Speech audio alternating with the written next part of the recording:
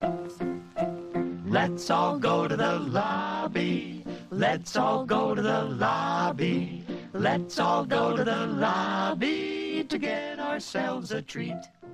Hello and welcome to Movies vs. Capitalism, an anti-capitalist movie podcast. I'm Rivka Rivera. And I'm Frank Capello. Hey, Frank. How's your week been? It was just Easter. It was just Easter Sunday, the usual day they celebrate Easter. A hot Easter Sunday. Spring has sprung. It almost feels like summer has. But yeah, Easter had a good day. Went down to Jersey to see the family. We're a big Easter celebrating, really? What Roman does that Catholic look like? Italian family. Really just dinner. It used to maybe entail an Easter egg hunt or something. Definitely a little bit of saying grace, a little bit of, thanking Jesus for everything he's done for us. But it's always really interesting being around my family at this point in my life. And I'm sure a lot of people experience this with their families living in the United States of America, a very capitalist country. But something that I've noticed in the last few years as my political development has shifted more to the left, and I've, picked up the mantle of anti-capitalist politics, that I notice now how so much of the casual conversation in the way that we talk about our family, our extended family, or just people that we know revolves around people's jobs, their occupations, and how much money they are making. And it's something that is really I didn't really notice growing up, that now is really shining through. And it especially comes through when there's someone, maybe it's like a family friend, an acquaintance, whatever, maybe doesn't have a job that performs to this imaginary standard that the rest of my family has. And they'll be like, well, he's doing that thing and he's not making that much money.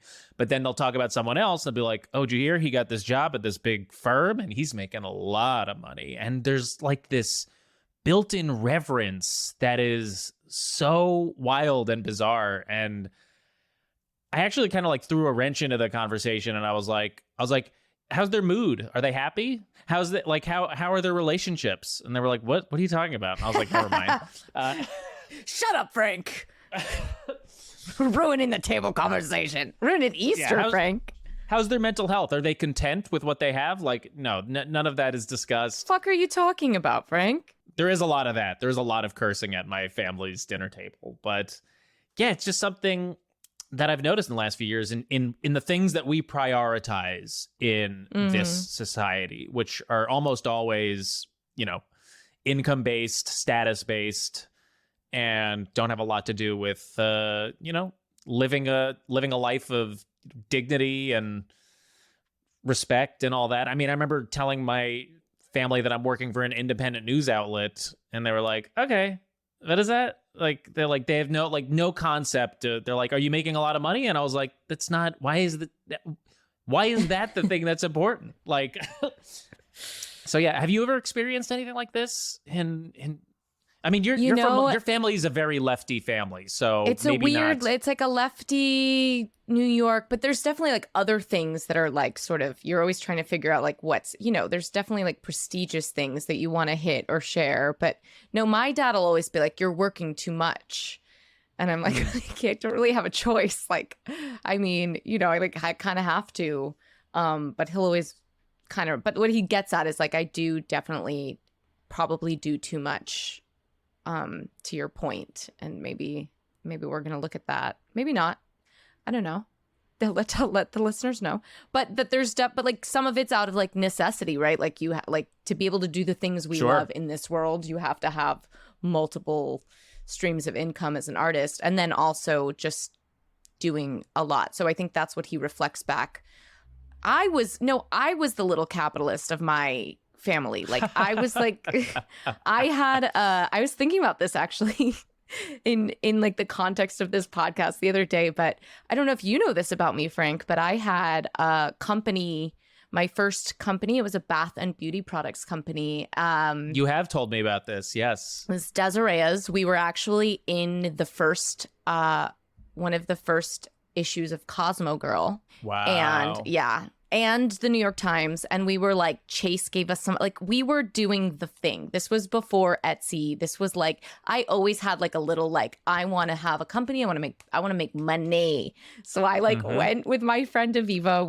We learned how to make bath salt. They were really cool. Like we had these like Apple computers, and we would make our labels really fun, and we would recycle like old glass things, and it was really, and we would go and like sell them in local stores, and we got a lot of press for it. We got some things. So as we were like getting up there, right, then we brought in our friends, and this is where it gets concerning. This is where the exploitation starts. Absolutely. It's kind of alarming because I definitely have that in me. So we got them to start, like, we would have parties, right? They would come over, make the bath salt, like mix all the stuff, help us bottle the thing, like literally parties. And then I would send them off with product, and they would have to go to their families, friends, and I encouraged knocking on neighbors' doors. I said, do what you need to do, get in those stores, knock on the doors. Absolutely. And you know what? You'll get a cut. But I will get... Wow. This was not like... You'll get the man cut, yep. I'm being honest. I was a little like Bezos in the making, like, and I can tell you, having been through my CEO journey, like, no, I was not doing the labor. Like at that point, it was just like... At that point, I was like, take my picture, friends, off you go. But you're going to get a little cut. Like, I'm making jobs here. How old were you? I was in 5th grade. So like, I want to say maybe 11, 12. So like at 11, 12, you preteen. You discovered how to create a multi-level marketing scheme on your own. You didn't even need guidance. It just came to you naturally. That's amazing. I was on it. And then the company broke up because and you know, there was so much involvement from moms and like help. Like it's never like just me and my amazing individual idea. But we broke up because we switched schools. I just remember there was an Eden's Crush concert involved, which if you don't remember, Eden's Crush was like a one-hit single girl band of this time. And we went to see them at like Six Flags, and like there was just some kind of like falling out involved around that. And so this money-making endeavor and I just remember like separating the money, and we were like, all right. And that was that. Damn. Yeah. That's wild. Your host is like a capitalist from the beginning. No. And then, so that's weird. Like, I think that was my like rebellion of like, make money, like, let's go. Well, I think they're kind of one and the same, that what we're talking about, which is this intrinsic, inherent conditioning in this country, in this society, that is the most important thing, that making money is the end all be all. And like the more money you make, the better of a person you are, the more free you are, the higher status you have. So I think it's so ingrained, people don't even think to question it. Like when my dad and his uncles are talking about like how much these people they know are making, they're not thinking critically about that. They never once for a second stop and say, why do I care so much about what this guy makes? Why is this what I am talking about? And the other reason I wanted to bring this up is because it can have a really detrimental effect on people. So, you know, because you take this in, whether it's consciously or subconsciously, and, you know, if you're not someone who is making a shit ton of money, then maybe you hear people talking about this, you see other people doing business and doing all these, and you're like, man, I must be a real piece of shit because I am not creating as much surplus value as these other people. And it's a real trap that I think people can fall into. So I think it's important to call out. Absolutely. And like with all the things that we look at in this show, just like you said it exactly, like it's like the air we breathe. You're not even conscious of that. We equate being a better human being with like how much money you make. Like, that's a better person. That's just like the subtext. That's a better person. That person is better than me. It's a more valuable person. Or even worse, like, I guess God loves that person more if you're religious. Maybe there's that version of that. Or like, I guess the universe, like that person just manifested better than me. And I had I had some kind of negative thought that like fucked me over, and I better just think better and be a better manifester. Find better ways to make money. I'm sorry to all those girls I exploited, by the way, just for the record. That's good. That's good that you're making amends for this now. And if anyone's not aware that this is that I'm light about it because the exploitation was truly like minimal. Like it was we were in operation for like under a year. So you were also a child. Like I think we can go easy on you, you know. Okay, just this is us airing out the dirty laundry now. The skeletons are out of the closet. Yeah, so, that's when a big... so when this podcast blows up, you know, the hit piece that comes out on you, actually, Rivka Rivera was a tiny capitalist. We'll be like, we addressed it. It's good. It's done. Oh, I love that as an autobiography title. Tiny capitalist. Kind of cute. You know what we could do? We could register that with the WGA so that it's yours. And is that a segue? I think it is. All right. Really briefly before we get into our movie conversation today, the WGA is gearing up for a potential strike. They've been in negotiations with the studios for the last several weeks. They have not made a lot of ground. There's currently a strike authorization vote happening right now. I think we're recording this a little bit early, but I think they will have counted the votes yesterday when this podcast comes out, Monday. But it's looking like there's going to be another strike. And they're basically, you know, striking over new contracts because of streaming. Streaming has completely upended the way that television writers' yearly schedules work, how the residuals are structured. And the WGA said that the median weekly pay for a writer-producer has declined 4% in the last decade, even though there's more television now being made now than ever. So what are your thoughts on this looming strike? I mean, I think strikes are always really scary, especially for friends who are currently, that I've spoken with, that are like currently like, well, I guess, you know, they're making a living in that way and they're definitely going to strike because they understand the value of it. But it means like, I don't know how long I might have to look at dipping into my savings, looking at other avenues of work. Like, what does that mean? But I think the reason people are all in, because in the long term, it's effective and it's important. And ultimately, without striking, there's solidarity and an understanding that like the alternative is worse. Like it's just going downhill, you know, like jobs are going to be gone. And for anyone who's not familiar with sort of the effects on streaming, not just on the writers, but also the actors and most people in production, like residuals used to be a really huge part of how you could survive as an artist. So you might do a big job, and even though you're not working for a few months, you're still receiving what they call residual checks, which is like every time something plays, I guess going back to this model of when I exploited the workers, like the children going out, like they got a one-time fee, right? So if that's streaming, like they get their one-time cut. But if I keep like selling to those same people that they made connections with, like their friends and family, but I'm like, well, you got a one-time cut, but like even though you did all the labor and you made that connection and you were part of this, creating this product, like I'm going to receive it all and you're not getting any. And streaming, that wasn't the case. Like actors used to get a piece of that pie. Streaming has cut us, actors and writers, slowly out. Now, my one concern or thought, maybe it's a red flag or just this is not at all. I'm totally pro strike, or not pro, but you know, pro like get what you need to do to get what you want done. Pro labor. That's the word. The last time there was a big strike, like, it's like the Kardashians came out of it. You know what I mean? Like there was this huge bump in reality television. So there's always that like, what are they going to do? And, you know, this intersection with AI, it's just all. Wow, I hadn't even considered that. Yeah. Just like we have to just hold our hearts and our craft and our work and each other so dearly, because these are just moments where we all have to be on the right side of this. And to clarify, this strike would only affect scripted series and feature films and, you know, certain like late night shows, like anyone that is like a WGA menu that works on scripted material.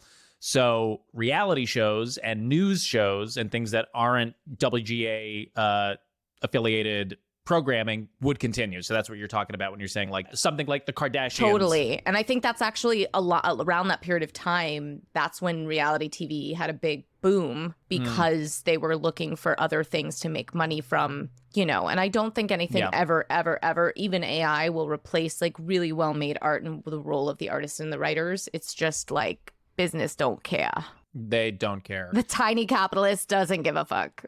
And the studios and networks are signaling that, it's not a good time right now to do this because like media is in a weird place because of this, looming recession and blah, blah, blah. But never forget that all of these studios and networks are profitable. They all are making a shit ton of profit, billions and billions of dollars. Even the streamers are starting to become profitable. Netflix last year made $4.5 billion.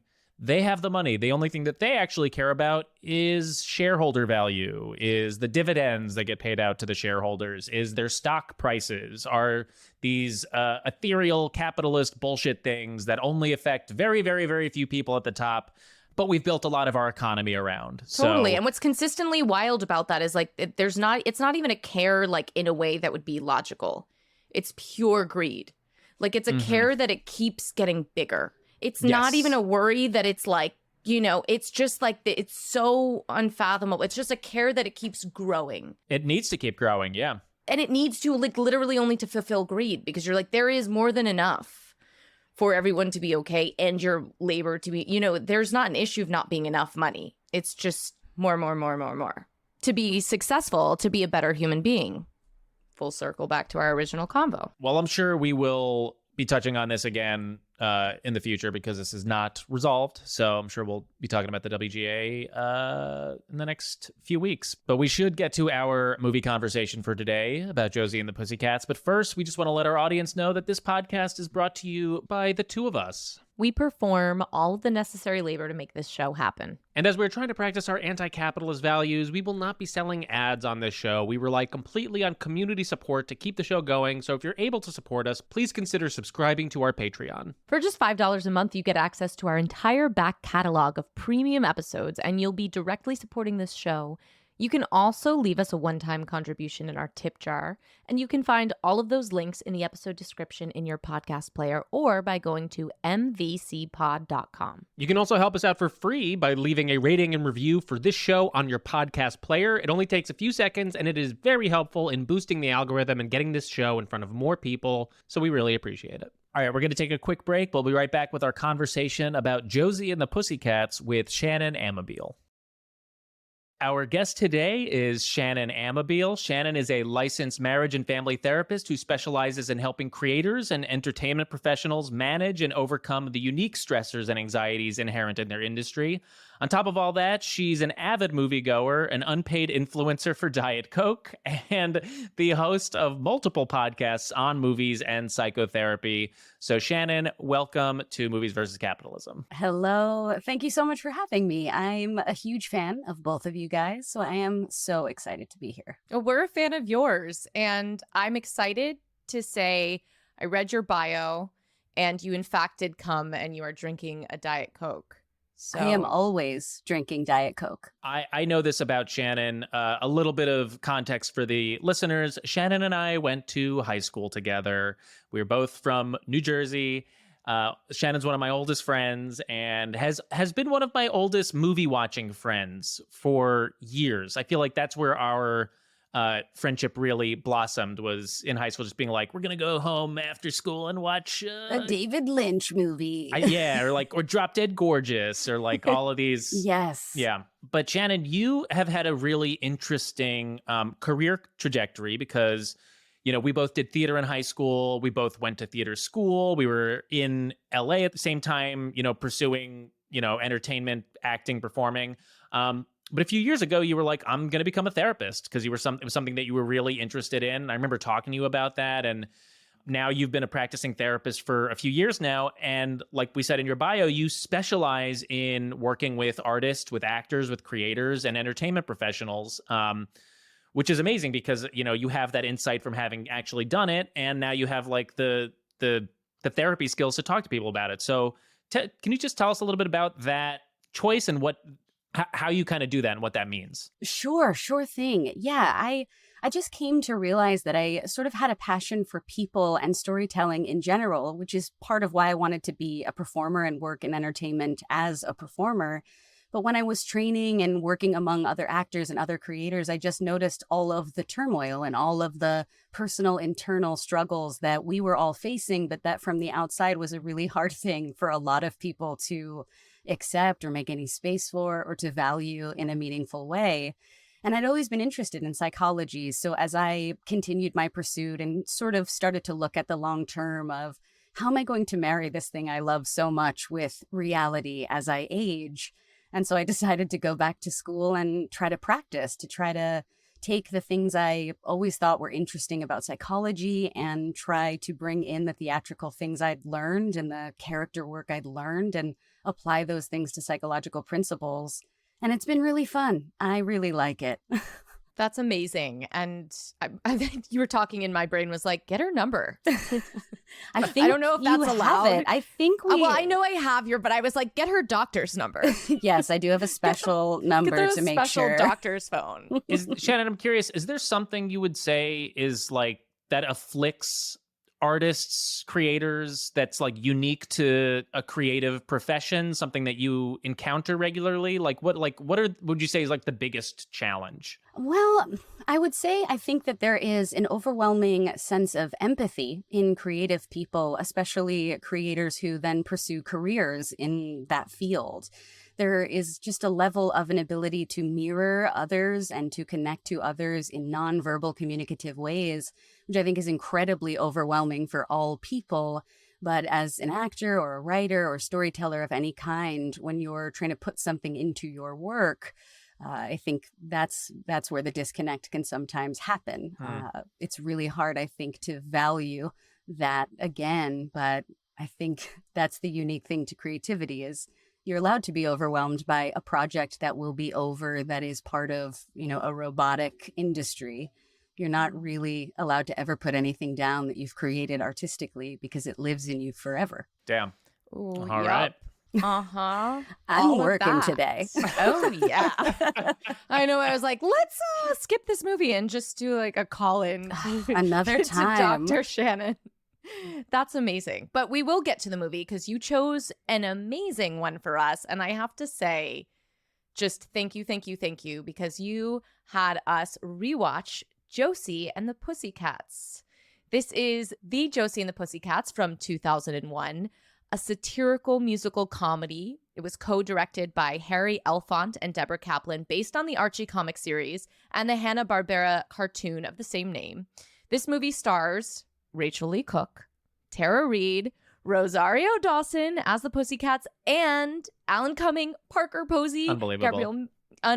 Gabrielle Mann, Paolo Costanzo, and Missy Pyle in supporting roles. This film grossed right under $15 million at the U.S. box office, and that was a lot less than its production budget, which was estimated around 22 to 39 million. So it was considered a bomb. It was also critically didn't wow the critics at the time. Unconscionable. So wrong. Unconscionable, yep. Yeah. What do they know?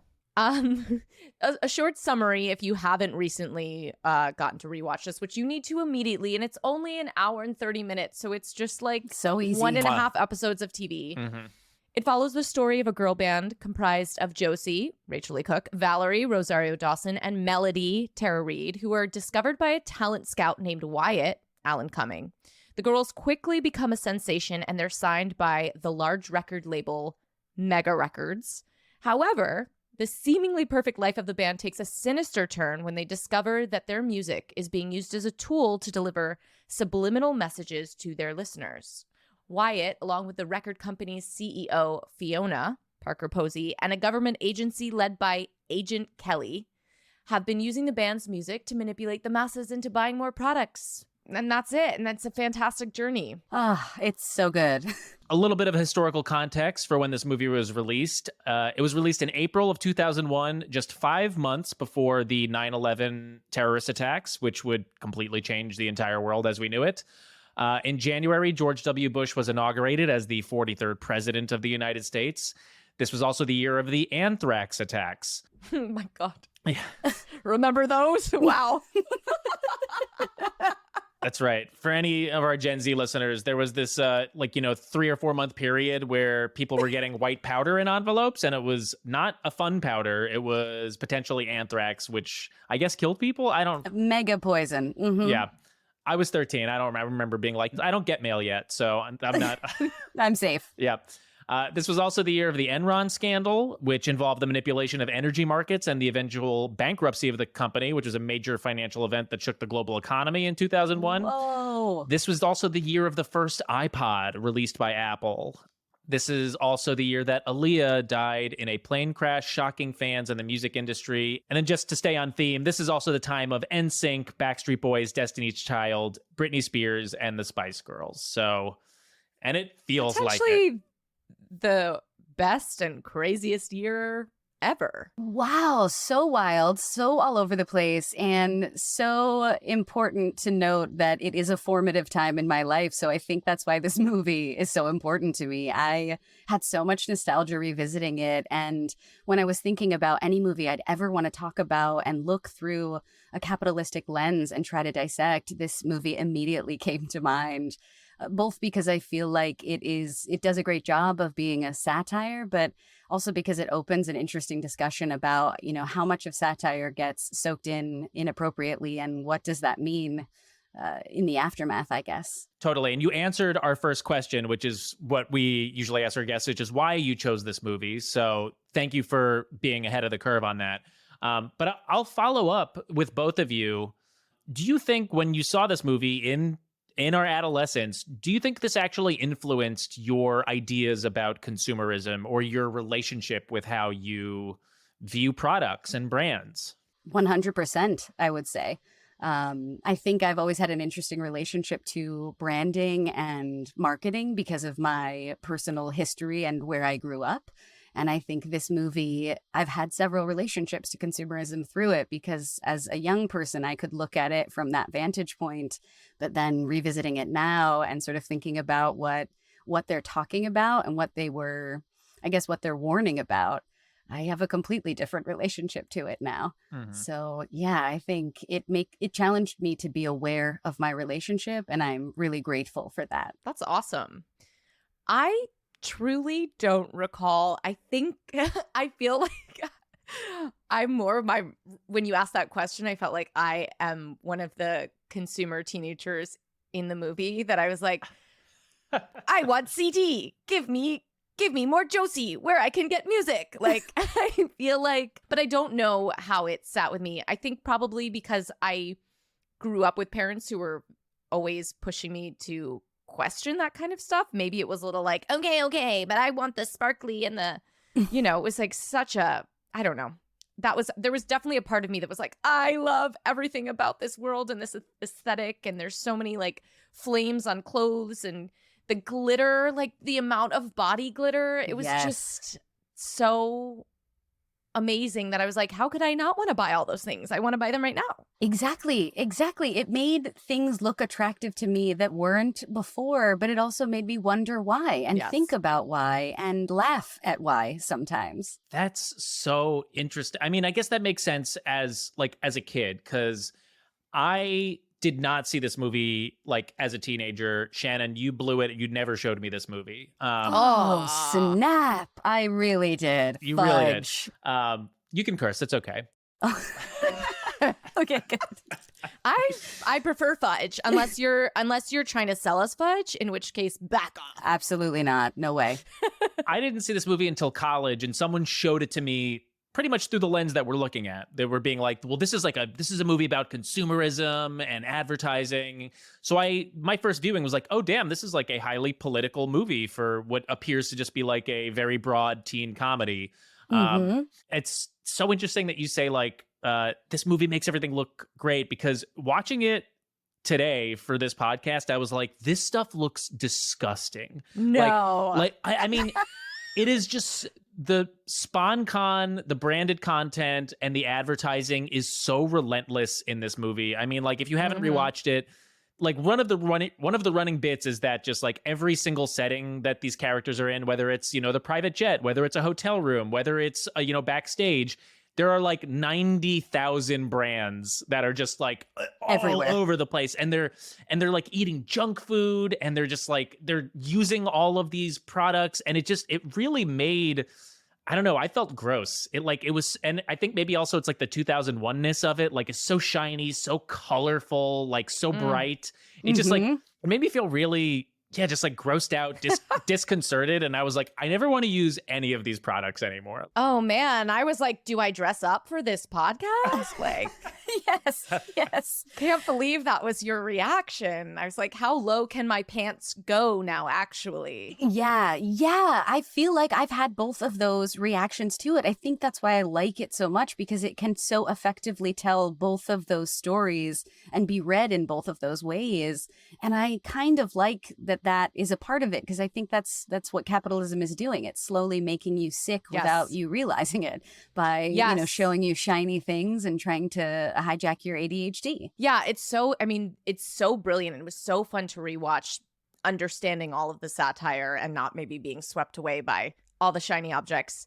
But the fact that this is absolutely serving as a commentary about the power of advertising and its ability to manipulate desires, and also that this satire is so perfect. But I'm also hesitant to call it really satire, because I think what comes to mind is you're like, but aren't you also giving all of these companies like Target, and like I left being like Target, Evian, like you're satirizing it, but you're using the real products. And they looked it up. They didn't get paid for product placement, but the companies did read the script and say, yes, you can use our And they products. provided all of the stuff. So like if they wanted you to have people carrying the Puma bags or wearing the shirts or drinking anything, that was all provided by the brand. So they gave them whatever they could to get them to use. They didn't have to pay for those, for like their set design. And I know Gap turned them down. Gap didn't want to be associated. Too bad, Gap. Yeah. But I did think about, I was like, what would the effect have it been if it was something adjacent to, but not exactly that? Because I do think I now I can look at it from that lens and like, oh, that's so interesting. I'm gravitating towards it. But again, as a youth, I don't know that I really cared like, or had that ability to not be seduced in that way that the film was putting it forward, if that makes sense. Yeah, because I feel like that's what you're pointing out with like being saturated.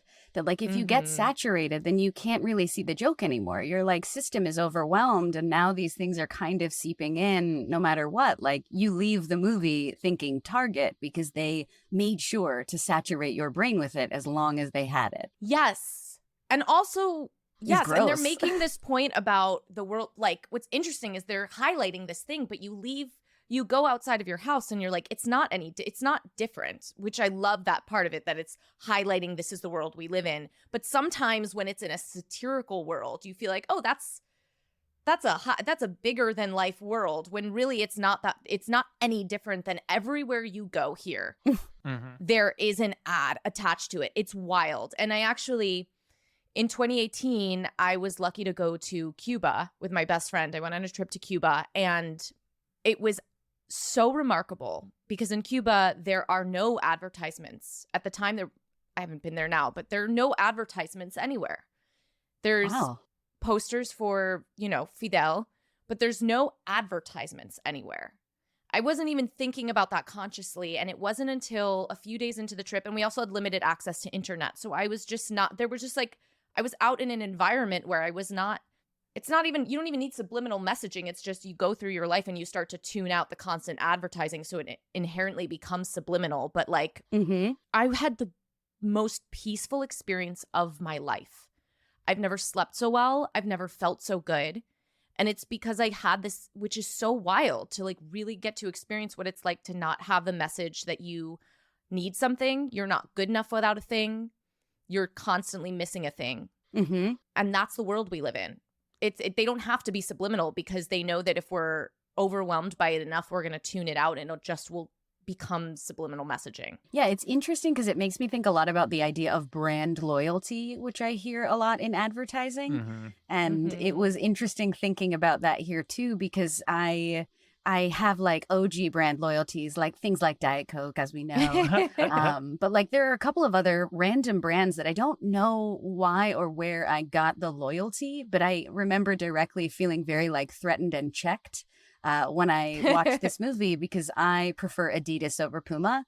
So I was like, get this Puma stuff out of here. Like, this is taking me out of the story because I don't want this brand. I was a Puma girl for sure. But like, I feel like Puma was so of the time too. So it's so interesting because I'm sort of like, do I have any brand loyalty or am I just like loyal to the one that, like you're saying, I had to tune out eventually. And so it's the one that got in there. And the message is if you don't have brand loyalty, then you're an unloyal piece of shit. Yeah, you're not a part of this. You live under the rock. Rivka, real fast, to touch on what you were saying about how, it is this satire, or does having this many brands and this many products in a movie like this, does it actually do the thing that it is satirizing? Does it make you want a Coca-Cola? Does it make you want McDonald's instead of being like, actually, I shouldn't want those things?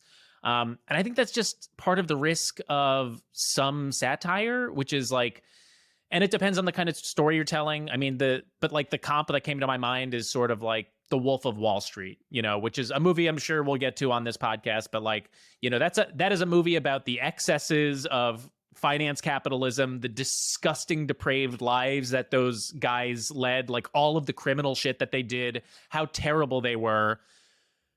But it's like a super fun movie, and there are dudes that walk out of that movie that are like, those are my guys. Like, that's who I want to be, So I think satire can at times run that risk. Yeah, Frank, you said Wolf of Wall Street, and my brain was like, money, I want money. I smiled. I'll do whatever you want. I had an internal smile. I was like, oh, I love the color in that movie. Let's go. Like, right away, Yeah. Don't get me wrong. That movie slaps. Like, when Leo's on Quaaludes and can't get out of the car, that's one, like, come on.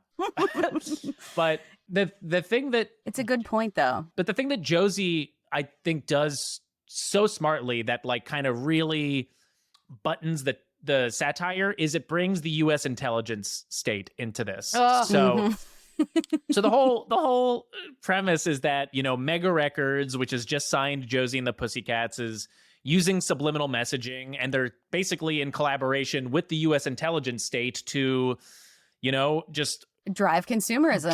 Drive consumerism, get all this money out of kids, and just control the way that people think. And I'm actually going to play a quick clip because they do this. They have this informational video in the middle where they explain all this as told by actor Eugene Levy. Epic. I'm here to talk about subliminal messages in rock and roll music, or as it's simply known in some cultures, rock music. You see, for years, the government has been wisely coercing teenagers to buy products they normally wouldn't want just to get their money. Fact, kids don't have bills to pay. Fact, they don't pay taxes. But they do babysit and hold minimum wage jobs that earn them wads of cash as thick as, well, my body of work. But these kids today are dumb. They're not going to buy just anything. That's why the government has been finding small subliminal advertising suggestions in today's rock music. The results? We can now get these kids to buy just about anything. We can have them chasing a new trend every week. And that is good for the economy. And what's good for the economy is good for the country. So God bless the United States of America, the most ass-kicking country in the world. Damn. Epic. What's good for the economy is good for the country. I'm so glad that a bunch of teenagers got that messaging, even if some of them missed it. But yeah, that's high level satire. Yeah, I think I like that so much because there is a true acknowledgement that like kids today are not stupid. They do think, so we actually have to do this because we cannot convince them otherwise. Like they're free thinkers, and it's up to us to intercept that free thinking and drive it towards consumerism instead. Mm-hmm. Yeah. And I feel like that's what the culture is always after teenagers to do, one way or another. Yeah, and it's followed up by then Fiona plays them. They have this big plan for this big concert, and they have these headphones that Fiona puts on, and so you hear the messages underneath that she's playing for the representative of the army, which is conform, free will is overrated, jump on the bandwagon. And it's Mr. Movie Phone doing all the subliminal message. I mean, this is such good writing. Like, it's so good. Great, brilliant writing. Yeah. There's no such place as Area 51. And I thought that actually is brilliant. That was a brilliant line for teens, because I feel like if you tell them that they're being told, it's just like something about Area 51, at least for me, as like a through line in my life, would be like, don't tell me that. I'm gonna find the aliens, you know? They're lying to us. It's a practical one. I feel like it's so easy for people to be lied to when they can't hold on to something practical in a meaningful way. And you can't just like truly hide a piece of property. Like it's impossible to act as though that does not exist. And yet I think there is this desire to live in a surface kind of reality. And I think that's also what I love about this movie is it's like reminding me that there are a lot of people who prefer to live in a surface reality. And this is what that reality looks like. Yeah. And if you don't, Alan Cumming is going to call the government or the record label. That was one of my favorite bits, was when he meets the Nirvana girl at the at the CD store, and he's like, wow, you're a real free thinker. You don't go with the flow. Let's talk about it. And then he's into his microphone. He's like, smells like Teen Spirit. And then they just grab her and bag her. Such good satire and such good, like, straight up comedy. Like the way that this is shot, like so many incredible bits. They just do so many fun things in the way that they like frame the camera and the way they have people talk to each other. Like when Josie's talking to them in the spinning car, and it just like they just have to keep turning their heads so they can like actually make eye contact. It's really, really well done. It's really brilliant. And I hope, I've read different things on what the actors thought, but like I wonder how many of them understood like what a cult classic they were creating at the time. For sure. I think about that a lot. I just think about, now as time goes on and we get farther away from movies that are, in the recent past to us, and sort of what that means and what a cult classic actually is when you think about how it needs to penetrate the culture, not just as a good movie, but like we're talking about, it has to be somehow predictive of a reality that exists. And I'm not sure how, but I feel like this movie really nailed exactly what you were saying, which is like, if I go outside, I exist in this universe, whether or not I choose to buy in. And you know what it does also at the end of the movie that potentially means, like, I do think it winks enough at itself as a satire where it might even be self-aware that it's like, we could even be manipulating you with this satire itself, but then it constantly winks at the camera, and it ends with that same army general, sorry, I don't know army terms, sorry, but saying, we were going to shut this program down after the concert anyways, because we found out that subliminal messages work much better in movies. And then it flashes, join the army or something. Join the army. It says join the army. Yeah. Yes. Yeah, it says join the army. So that moment alone is like, okay, brilliant, you got me. Like, this is way ahead of its time. And yeah. And then it got me thinking about the history of subliminal, like because you've heard of it, but again, that's where I almost feel like the myth of subliminal messages helps distort the idea that you're like, it is happening all the time and you don't have to call it subliminal. It's just manipulation. I mean, it's kind of also like propaganda, I feel like, at the same time, the way that like propaganda is intended to sway you, not give you choice, except with capitalism, it's the appearance of a choice. And it's just a strange way to think about it, because they actually want us to worship the brand as if we would worship the person they'd be giving propaganda around. So they just sort of like changed the deity like to the brand. And I guess that's why I think so much about brand loyalty as like a really weird kind of cult that exists that we all subscribe to and are like, you're cooler for joining. To connect both of those things, first of all, in terms of like subliminal message and the US intelligence state, like a lot of that stuff is just publicly known. And not specifically with the music industry, although maybe the Pentagon has a relationship with like Atlantic Records, but more so with the film and television industry, because like that is very well known that if a movie or a TV show wants the express approval of the U.S. military and the U.S. military apparatus, they go to the Pentagon, who has the Pentagon has an entertainment office. They have people whose jobs, who work for the government, is to talk to producers in Hollywood and be like, all right, what's your script about the army? How can we shape it? No, you can't say that. You can say this. And if you do say some nice things, maybe we'll give you some planes to use to play with. So that's just like right out in front. That isn't like, there's nothing subliminal about that like the Pentagon gets the chance to like do literal line edits on movie and TV scripts. And then in terms of just like the way that like brands and advertisers and marketers, do all this stuff and think about this stuff, I think it's really easy for people to get kind of lost down these conspiracy theory, roads where they're like, oh, there's like this shadowy cabal of people pulling the strings and making all of these decisions, when in reality, a lot of that stuff, like the Pentagon it's like, no, that's just what their jobs are. Their jobs are to be like, how do we keep as much of your attention as possible? How do we grab your attention away from other things? How do we use psychology and neurology, like literally all of the science that and technology that we have at our disposal to just fucking drill you over and over, like all day, so that after months, however, you're just like, yeah, I guess I do want a Coke. Yeah, and I guess that's one of those things too, where there's kind of like a whiplash or something associated with that too. I feel like now that things can change so quickly and rapidly, and it feels like there are some brands in the movie that I recognize, and there are some brands that I'm like, oh, that brand straight up disappeared.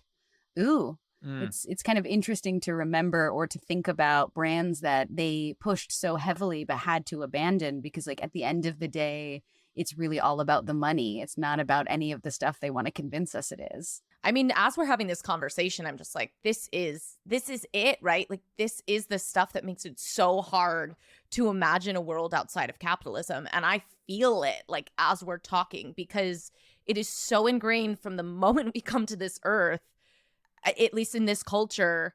How do you exist without these things that you must buy to help you be better and be strong, and then we have to actively work to replace that ideology. I remember in my recovery from an eating disorder, that became like something I actively had to seek out, was become cognizant of those trigger images that are fucking everywhere. Yes. And just, one of the things I think I am, it's harder, there's all these issues with, especially for young teens and mental health on Instagram and any of the social media. But one thing I like is that you can choose to not follow something.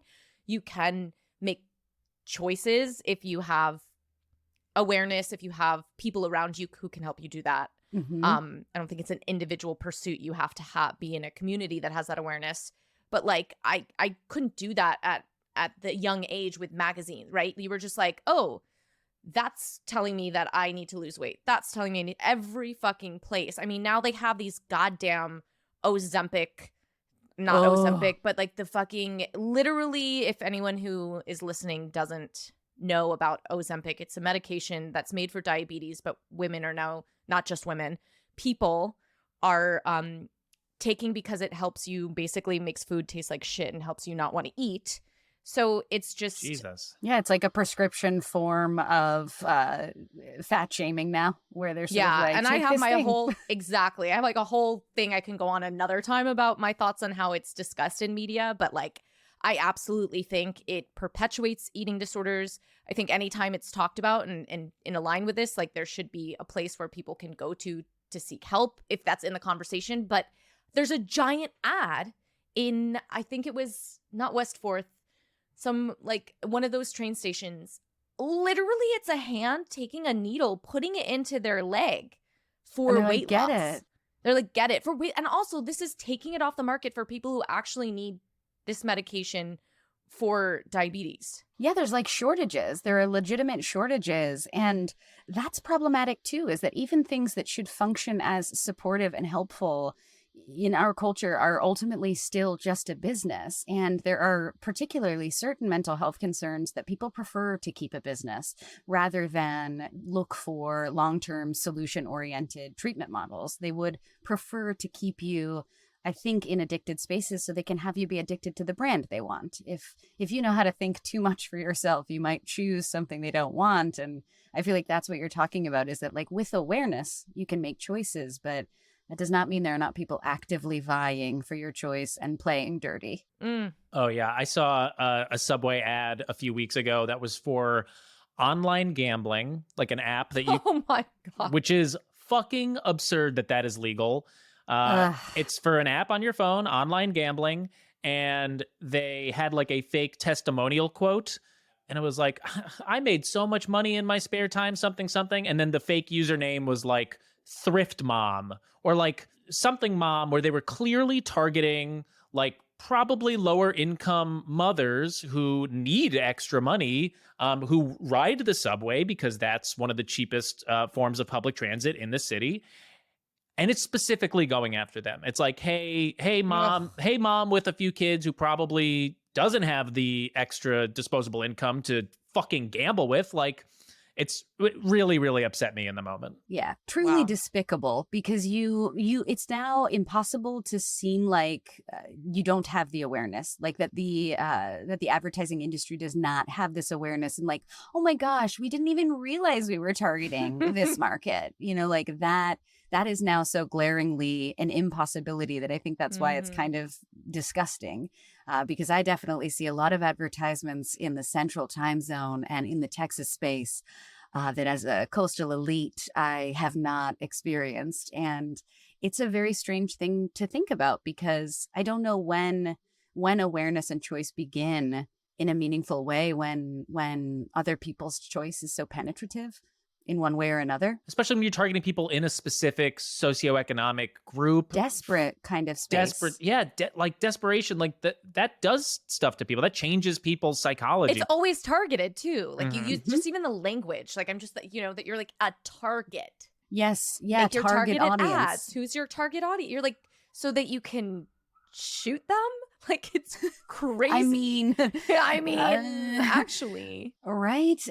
I think that's exactly it. It's a strange thing to try to relate to, because in my work, I have to deal with people who need to treat their art or themselves sometimes as a brand. You have to function that way in entertainment. And that is a really alienating kind of thing, because even though I think the Community episode about the man subway is like a great explanation in many ways, it is so much harder, I think, to have an identity and to be able to have that identity still belong to you when your only course forward is to make it for sale in one way or another. That is, that's, I wanted to, I was like, I'll save it for our call, Dr. Shannon. I was like, and we will need deeper thoughts on that. But before we go to our awards, I would love to make sure we touch on this plot point, which is the connection between TRL and MTV in this oh my God. bigger conspiracy. Yes. So if you haven't rewatched this movie, one of the things going on is that, I think when Fiona's giving this big talk it's like, not only is she talking to the army, she has like a global group of diplomats there who she's like, this is how we do it. Mm-hmm. Like, so this is a global level scheme. And everyone's like, wow, this is really wonderful. And someone asks, well, what do you do if like don't the artists figure something out? Like, how dumb, like they can't all be that dumb. And they're like, oh, well, we kill them off. And they pull up TRL. Wait, what is it specifically? It's behind the music. They're like, we have yes. highly produced television shows to explain what happens. Oh, that's right. It's a lot like the Manchurian Candidate. It's a lot like that. Totally. And also when you were saying the facts, Frank, that like this is when it just was like, oh, right. It was at the height of MTV. And just that I remember Aaliyah dying. It's just a weird, but where you're like Aaliyah dying in this plane crash. And then they're talking about how like that's how they're like, oh, they died in this mysterious plane crash, when at the top of the film, we know that they're killing off any artist who like figures out that their like music is being spiked with subliminal messaging. And we didn't even mention that the first band that we opened with, that is our entry into this world of evil, manipulative record label people, is a boy band called Du Jour, which so good. is French for of the day. Very clearly just like, these are flash in the pans, these are one and dones, these are like one hit wonders. God damn, such good writing. Also, the original music, I can't Oh right now. my God. I'm missing who is the original artist, but it's someone that we know. Like when you look it up, the woman who created it is a lead singer from a band we know. I can't think. And the music is so good. I have been singing the music from this movie for 20 years. It took 6 whole hours and 5 long days, babe. Yes. Let's go. Just pretend to be nice. That's all I want. Pretend to be nice. Backdoor Lover. Oh my God. So such a talented way to try to talk about something that's really hard to swallow. And I think that's why I do the work that I do, that like I I don't like the reality we live in either, which is why I want to be with the creative people, because they know how to solve problems, and creativity is a survival skill, and they're the best one at it. So Ooh, I'm about soundbite. Ads. Speaking of the creators of this film specifically, because as we've talked about, like, this has become a cult classic and people have discovered its politics, way long after the fact. So a few years ago was his 20-year anniversary, and the writers, Deborah Kaplan and Harry Elfont, did an interview. And someone asked them explicitly, like, were you seeking to write an anti-capitalist film? And they were like, no, that's not what we were doing. We understand, like, the consumerism part for sure. But I'll just quote them specifically here. Harry said, we definitely talked about consumerism, but it definitely felt more to us that it was non-groupthink. I mean, she says at the end of the movie, think for yourselves. So for them, they were writing a movie about conformity and non-conforming and like they said, groupthink, but used the consumerism as sort of like their plot device, which was brilliant because it all, and like thematically, it all ties together really perfectly. Yeah, I mean, it's one of the most dangerous kinds of groupthink, right? Like, it's the kind that gets people to galvanize behind something that they don't really believe in and gets people to beat themselves up silently when no one's watching so that they'll be easy to control. It's interesting that that makes sense, but it is I think it's such an anti-capitalist movie. And even in the way that Josie and Melody and Veronica like do their music together before Fiona gets her hands on them, but they're like totally like, we are the Pussycats, like we all are like this collective of musicians, we all write the songs, there's no leader, and then of course they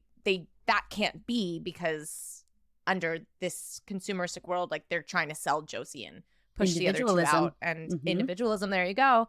And then eventually they push back on that. Although I don't know that they changed their name. That wasn't clear. I think they were like so clear on the second album and what's going to be happening with that. We don't really happening with that. Get a lot of info. I did want to ask, very importantly, both of you, what your first concerts ever were. Britney Spears, baby. Wow. All the way. Little Lady on the grass at PNC Bank Art Center. Oh, the best. You know what? Mine was also at PNC Bank Art Center, and it was Spice Girls. Oh. And there was a particular moment in this film that hit me very deeply because I think it was in the montage where they were like, these are all the what happens if you find out about us, and they show the Spice Girls and they like pulled out both of them. And I have such a distinct memory because I'd gotten these tickets. I was so excited to go with my best friend Stephanie. We'd been planning it. And then that was when Ginger Spice, Jerry Halliwell, had left the group right before. And I just remember going, and the merchandise that they sold was just like all I could, like, you only had the option to buy a shirt of all of them and a big X over Jerry. Wow. Wow. What about you, Frank? Wow, mine sucks compared to those. Mine was the Mighty Mighty Boss Tones. Wow. Yeah. I didn't even really want to go. I went with a friend because he wanted to go. That's it. What? I had just I just had an okay time. It wasn't. I mean, it's interesting to think of the merch at concerts though, because like every time I go to a concert for Britney, I obviously have to buy memorabilia. So I am being loyal to the brand that is Britney, and we have all seen what happened to that brand when the public turned on it. So it is kind of funny to think like a t-shirt at a Britney Spears concert I would have went in like 90, maybe 98 or 9 was like $50 then. Damn. So I'm wondering, like, what's up with the Mighty Boston's merch? How much was a t-shirt at that spot? I don't know. I didn't buy anything. I honestly just kind of zoned out. Were you an NSYNC or a Backstreet Boys? If you had to pick one, you can't pick both. I wasn't really either. Well, pick one, Frank. NSYNC. Hands down. Wow. Yeah. You got yourselves a Backstreet Boys girl here. So the Backstreet Boys definitely remind me the most of Du Jour. So I feel like that feels right to me there. And I do feel like it's like NSYNC like leaves with the most votes or something. But I think in the time BSB was like the more popular of the bands. I feel like NSYNC was seen as a follow-up, but J. Tim's just figured out a way to make it seem like they were the better one. And that's what's great about art is you can't actually change it. You can try to look at it differently, but you can't change it. My last thought on all this is, because I think this is important, that like it's still okay to really enjoy these products. It's okay, like, you know what I mean? It's okay to really love NSYNC or Britney, even though they are immensely commercialized and targeted towards teenagers and all of the things that this film lays out. And I mean, even just like products like Shannon, your Diet Coke. There are things that I have in my life that I enjoy, and that's okay. We're not saying that like you cannot enjoy a product because it has been marketed to you or because you have purchased it in a capitalist market, but it's more so to just realize how these advertisements, how they target people's insecurities specifically, because that's kind of like at the heart of this. And I think a thing that this movie does really well, because there's a few moments, you know, when they're like in the party and their inner monologue is going, and they're like, Josie and Val are like, oh, everybody's thinking this about me. And then, you know, and then at the end you find out that Wyatt and Fiona are just a couple of like weirdos who are just like want to be accepted and have everyone think that they're cool. So like, I think this movie does a really good job at reminding you that like, there are humans in the background. Yeah. And that advertisement based on insecurity and exploiting that insecurity, that is problematic. But like, you know, otherwise enjoying something is not inherently bad on its own. No, I think I prioritize in my work one's relationship to the things that unchecked can be problematic. And I think that's where I stand on brands, is that just like you were saying, as long as you choose, as long as you're paying attention to the choices you make, then your relationship should be safe. It's when you don't pay attention that your relationship maybe gets to a place where you're now feeling insecure because of this marketing, because you don't have any boundaries up between you and it. But this movie challenges you to do that. And I think that's what's nice about having accessed it pretty early.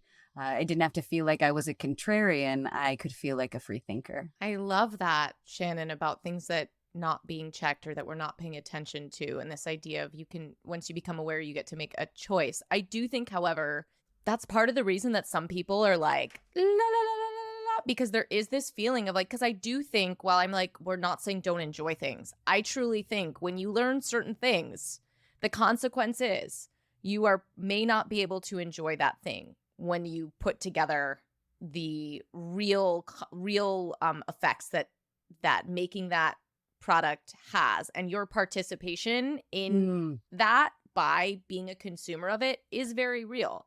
We can't do that with everything, but I do think that like it's not easy. It's really hard, but like I don't feel good about a lot of the things I use. I don't know what to do about that. Like I don't know what to do about it, and there's moments where it comes in and it's overwhelming. I'm like, push it away. But like if there was, and this is why movements and unity is so important, because I alone can't be like, we need a better way to make these iPhones. Like, I alone can't be like, it's going to do something for me to just isolate myself and not be a part of the world and lose work and whatever that would be. But I also can sit with the paradox that, like, me shutting out the reality that people are dying making these products. And I am a part of that. Like, we do have to own that we're a part of that, and that discomfort I think can be important and motivating. So important. So important. I talk about relationship to discomfort pretty much all the time, because when you exist in a world where your boundaries have to be flexible depending on the work you're doing, more than likely it's easy for your boundaries to be flexible. So you have to be careful. You have to be mindful of those things. And I think that's why I stick with the creative people, because they are collaborative. So their problem solving is inherently safe. It's only when you like get a narcissist who comes in and is like, oh, everyone was happy and safe here. More for me, you know? It's only when those problematic forces come that like the collaboration can turn into something vile. But I think that's what's interesting about advertising is it's a kind of creative person, but it isn't an artist necessarily. Damn. Ooh, Oof. Damn. Okay. I have thought a lot about our conversation, you guys. Wow. On that note, we do have some awards, which are a form of advertisement, but here we go. Our first award is a point with a view. This goes to the character with the best politics in the movie. I think, honestly, I am going to go with Melody, Tara Reid's character, because she's not quite participating in the consumerism at all. And it makes me sad because they frame that from a place of her being too stupid to participate. But I don't actually think that's what it is, because sort of in the end, when she's had to be in the background all of this time, she's not so affected. And then she's just ready to move on when they return. It's sort of like the other two get sucked in and she doesn't. And I love that for Tara Reid's journey. That was going to be my choice as well. Melody. Yeah, she's completely unbothered by all of the advertisements and is just content. You could say it's obliviousness, but Tara Reid plays it like contentness, which I think it makes a little bit of a difference. Yeah. And I think is like a thing I appreciate in retrospect, because I feel like Tara Reid is another person who, as an actor, faced a kind of personal branding that was really troublesome. And I just like that in this film, that's not something that she has to do. So I can kind of imagine her happy rather than how like the culture has me imagine her like falling apart pretty regularly. That's so beautiful. Yes, I thought this was Tara Reid's movie. I said, oh my God, comedy gold. I think she's so brilliant in this. The scene in the shower where she's singing, "If you're happy and you know it, clap your hands." And she's singing this to herself and she claps her hands and she drops the loofah, picks it up, sings again. Perfect. It's just so good. So I'm with you. McDonald's loofah, which Yes. I guess they make those. I guess so, right? All right, so our second award is called Despicable You. This goes to the character with the worst politics in the movie. This is hard. This one was hard for me because I struggle to be mad at people who are even bad sometimes. So I think honestly, it ends up for me being Alan Cummings' character Wyatt. Oh, Only because I think there is a low-key misogyny in there that really bothers me too. Like the way he treats the men of du jour, he really babies them and infantilizes them. And he kind of does the same to Josie, which I feel like he is also able to do, I guess just in a way where like he sees them as this thing, and that's a passive thing he does. So it sticks with me because I feel like the passive stuff is the most insidious stuff. that's a good one. Yeah, he's definitely the most like active actor, like not actor, but like he's the most active character in this in manipulating everybody. My answer, I'm going with Agent Kelly, the dude from the FBI or the CIA, whatever, just because he's the guy from the FBI or the CIA. And he's the one that's pulling all the strings. He's definitely committed some war crimes. And he's ready to sacrifice Fiona and Wyatt. He doesn't give a shit about them because they're going to go to movies now. So yeah, definitely Agent Kelly. Yeah, I was going to go with Agent Kelly as well. Although for some reason, there's a voice in my head saying, Eugene Levy, like, just throw him out there. Oh, what a great cameo he makes in this too. I mean, he is really rude to that PA who brings him the coffee. I asked for a cappuccino. Yeah, you're just He like... could be a terror on set. Oh, what about Carson Daly? Ooh, that's a good Carson one. Daly sucks. And I wonder how hard like that. I was like, does Carson Daly suck? I think as a kid that probably I was like, Carson Daly sucks because of Josie and the Pussycats. I would say Saturday Night Live also thinks Carson Daly sucks in the early 2000s because there's a lot of Jimmy Fallon being like, it's me, Carson Daly, a total tool. And so he definitely wasn't getting a lot of love either at the time. But yeah, it was interesting him being here because I think him and Tara Reid were dating at the time, IRL. Oh, wow. Oh. So it's kind of interesting to think about. But I mean, she basically dismantles him. Like, here is another example of why she's the best one in this entire movie. He is a contract killer, essentially. And her sweetness melts his heart. And then, you know, they're able to kill him and escape. So everyone wins, I feel like. That's true. Our last award is A Star is Scorned. This goes to the supporting character that this movie should actually be about. Well, I mean, obviously we are singing for Melody here to have had a larger story perhaps, but I really wish there was more Missy Pyle. I don't know that I can say it should be about her necessarily, but I love that she's there, and I love her comment about, like, I'm here because I was in the comic. And So good. and it just makes me be like, oh, Missy Pyle, another great actor of the time who I want more of. I love when she turns up in movies. She's always on fire. I would go with Fiona and Wyatt, Parker Posey and Alan Cumming, just because the two of them in this movie are so unhinged, but in like a tonally perfect way for this movie and these performances. They're so funny. They're so ridiculous. I would honestly watch an entire movie about how they got to the positions that they are at Mega Records and like how they struck up this deal with the US government, I would watch that in a heartbeat. 1000%. Yes. Yes. I'm seeing Parker Posey in a play this weekend. I am so Ooh. excited that I just watched this to be able to watch that. I'm going to throw out there Smells Like Teen Spirit Girl. I think that would be a fun because I was like, are they going to follow up on like what happens to her after? Is this a plot point? But we don't. So like what goes down? Yeah, I mean, you see her like in the lair in the background being one of the test dummies for the headphones, the like cat ear headphones. Yeah, like Good catch. I've seen this movie way too many times, so I obviously I'm looking in the background of frames now. But like, yeah, I feel like I appreciate how no matter how small the character is, there was care and consideration for how they are involved in the story and why their presence is important to the story. From her to anyone else, but man, Parker Posey for life. I love that this movie has so many good actors in it. She's one of our greats of all time. All right, that's it for the awards. For our listeners, if you have any idea for new awards, you can email us at moviesvscapitalism@gmail.com. Shannon, before we wrap up, we love to ask our guests, is there a practice that you have in your life where you like to practice anti-capitalism, or just, I mean, we've had some of this conversation so far, but how do you deal with these values in your own life? Well, I would use the buzzword mindfulness as a psychotherapist, of course. I think it's about being mindful of relationship to capitalism. And in my work, I think that's what I'm trying to do, is to just try to talk with people and give them the space to examine their relationship and to see themselves outside of that. So I would say that when I think about how I'm trying to personally stand in the water and cut the tide a little bit, I would say I'm trying to help people feel less emotionally burdened by capitalism. That's a really good one. So, everyone should go get a degree in psychotherapy and then, teach people about this. That's the best way that you could practice these values. It's Yeah, true. that's really Give up a beautiful. couple years, read so many boring books, and it'll be good. Shannon, where can our audience find you and your work? You can find me on Instagram at ShannyBMovies. That's where all my fun movie work is. And you can follow my practice at The Happy Bird with a Y, BYRD.